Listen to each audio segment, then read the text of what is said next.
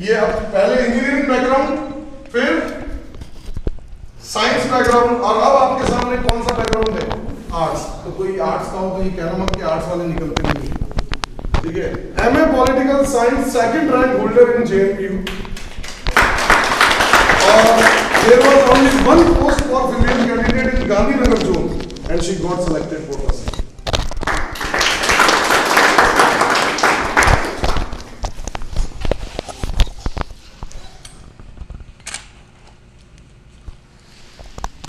दीदी मुझे याद है, और यहाँ पे आई हुई तो बहुत अच्छा लग रहा है। सर के साथ हूँ, एक्सप्रेस नहीं कर पा रही मैम। कोई बात नहीं, ये कभी कभी नर्वसनेस हो जाता है, और मैं अभी इसको ओपन कर देता हूँ, कुछ सेकंड में ये फ्री हो जाएगी, ठीक है। इसके दिमाग में शुरू से रहता था कि मैथ्स मेरे लिए एक बहुत ही हैवी बर्डन सब्जेक्ट है, काश मैथ्स निकल जाए तो मेरी जिंदगी बदल जाए।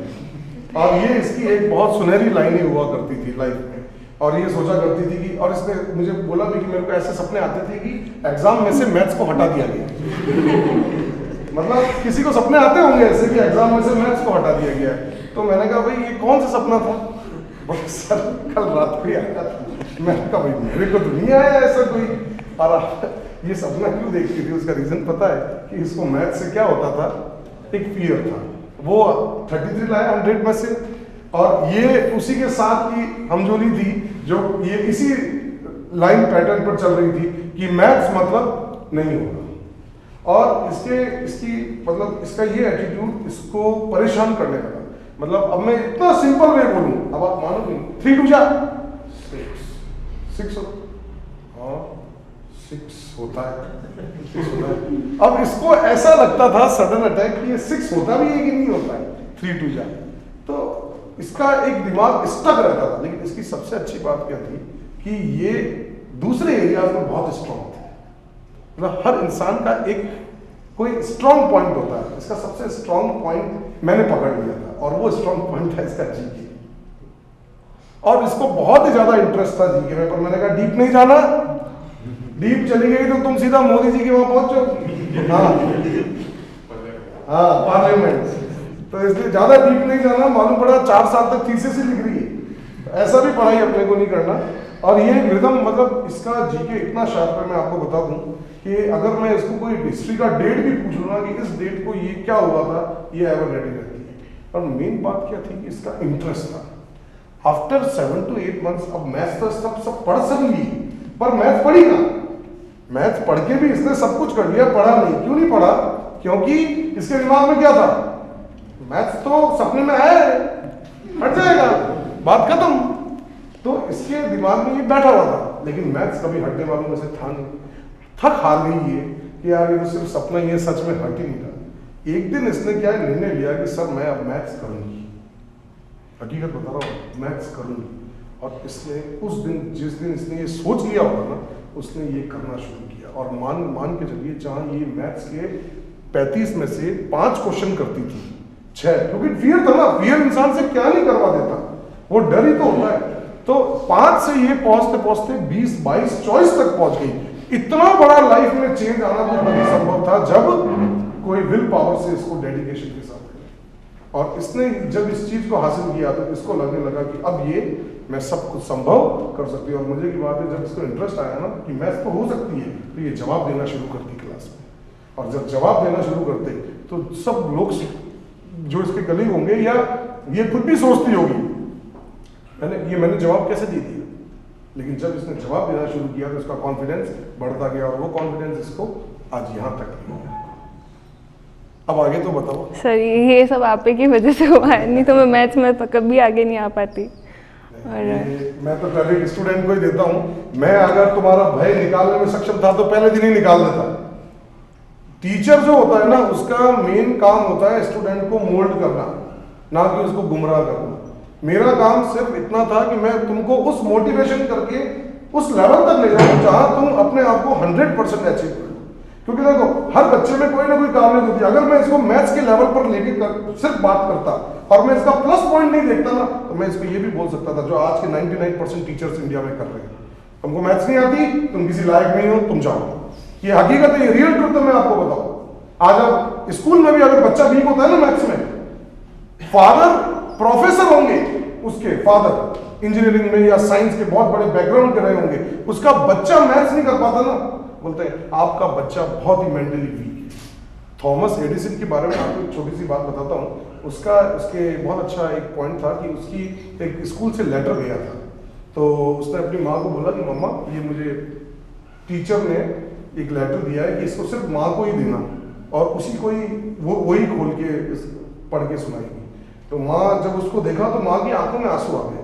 तो उसने बोला कि उसमें लिखा था, क्या था वो उसने नहीं बताया, उसने बोला कि बेटा टीचर ने लिखा है कि तुम मेरे बहुत ही ब्रिलियंट बच्चे हो, बहुत ही इंटेलिजेंट और स्ट्रांग बच्चे हो, और इतने स्ट्रांग हो कि ये स्कूल तुम्हारे लिए सफिशिएंट नहीं है, इसलिए अब तुम अपने घर पे ही पढ़ो, क्योंकि तुम्हारे मदर फादर ही तुम्हारे रियल टीचर और लर्नर है, और तुम ये स्कूल तुम्हारे लेवल से बहुत छोटी है, तुम्हारा लेवल बहुत अप है।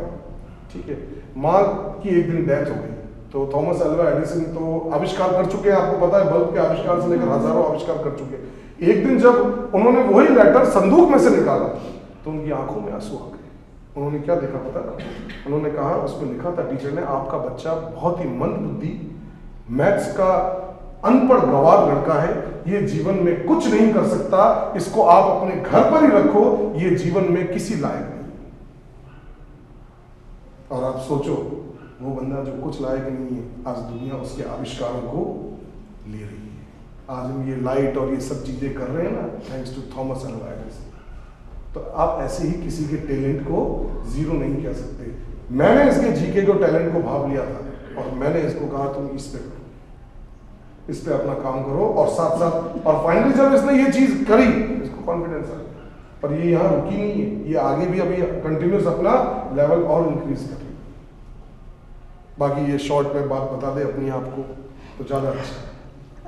मैं ये बताना चाहती हूँ कि मैंने ना सबसे पहले बीए किया था। बीए करने के बाद आफ्टर ग्रेजुएशन मुझे कुछ भी डिसाइडेड नहीं था कि मैं क्या करूँगी आगे, बट फिर मुझे पता चला कंपटीशन एग्ज़ाम की प्रिपरेशन करना चाहिए।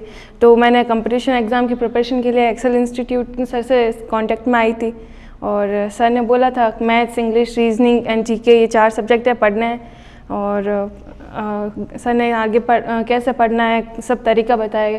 डेली न्यूज़पेपर पढ़ना, हिंदू एडिटोरियल पढ़ना, ये वॉकेब लिखना, डेली न्यूज़ राइट डाउन करना, तो ये सब किया। और इसमें जीके में मुझे ज़्यादा इंटरेस्ट आता था। इंग्लिश भी मैं कर लेती थी, रीजनिंग में भी एवरेज थी मैं और बराबर करती थी। मैथ्स को लेके मैं ऐसा करती थी, सर कराते थे टॉपिक, हो जाता था टॉपिक, निकल जाता था, सर कहते थे प्रैक्टिस करना, प्रैक्टिस करूँगी, नहीं करती थी कि नहीं होगा मेरे से घर पे जाके। यहाँ तक एक्चुअली बताऊँ, क्लास में थी, सब करवाते थे, सॉल्व करवाते थे, सब सॉल्व हो जाता था, पर घर पे जाके खुद करने बैठती थी। मैं सोचती थी मेरे पास में कोई नहीं बैठेगा ना तो मेरे से नहीं होगी, ये सर चाहिए पास में या कोई सॉल्व करवाने वाला चाहिए। बट लगभग काफ़ी टाइम बाद सर ने बोला तुम्हें प्रॉब्लम क्या है, आखिर बताओ, कोई सच में घर में कोई प्रॉब्लम है, या काउंसलिंग किया था सर ने। मैंने बोला मेरे मैथ्स में सर सिर्फ 44 मार्क्स है 10th में, इससे ज़्यादा कुछ नहीं है, मुझे आती नहीं है बिल्कुल भी। बट फिर सर ने बोला 44, 2 + 2 कितने होते हैं, 4, इतना आता है ना, यही है मैथ्स। बस उस दिन के बाद में मैंने ध्यान देना स्टार्ट किया। और फिर सर जो बोलते थे शीट्स, एक्चुअल मैं घर पे जाके लगाती थी, अकेले नहीं होता था तो आके साथ में कलीग्स होते थे उनसे भी पूछती थी और सर से भी पूछती थी। और यहाँ पे ऑनलाइन एग्ज़ाम होता था तो उसमें एनालिसिस करते थे, तो उसमें भी सर भी साथ में बैठ के उनका एनालिसिस करवाते थे, तो उससे काफ़ी हेल्प मिलता था। और ऐसे ऐसे क्वेश्चन होते थे एप्लीकेशन बेस्ड जो मैंने कभी समझे भी नहीं थे। 10th में भी मेरे को ध्यान नहीं था मैंने कभी पढ़ा क्या ऐसा, बट वो सब सर ने करवाया।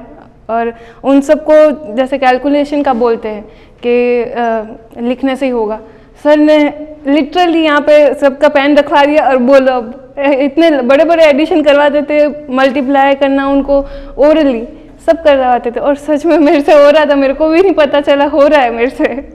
तो बहुत अच्छा था मैडम वो। सर से गाइडेंस लो, मैं पक्का एक ही बात बोलती हूँ, सर के गाइडेंस में रहोगे, सर जैसा बोलेंगे वैसे करोगे तो डेफिनेटली गवर्नमेंट जॉब में सक्सेसफुल हो जाओगे।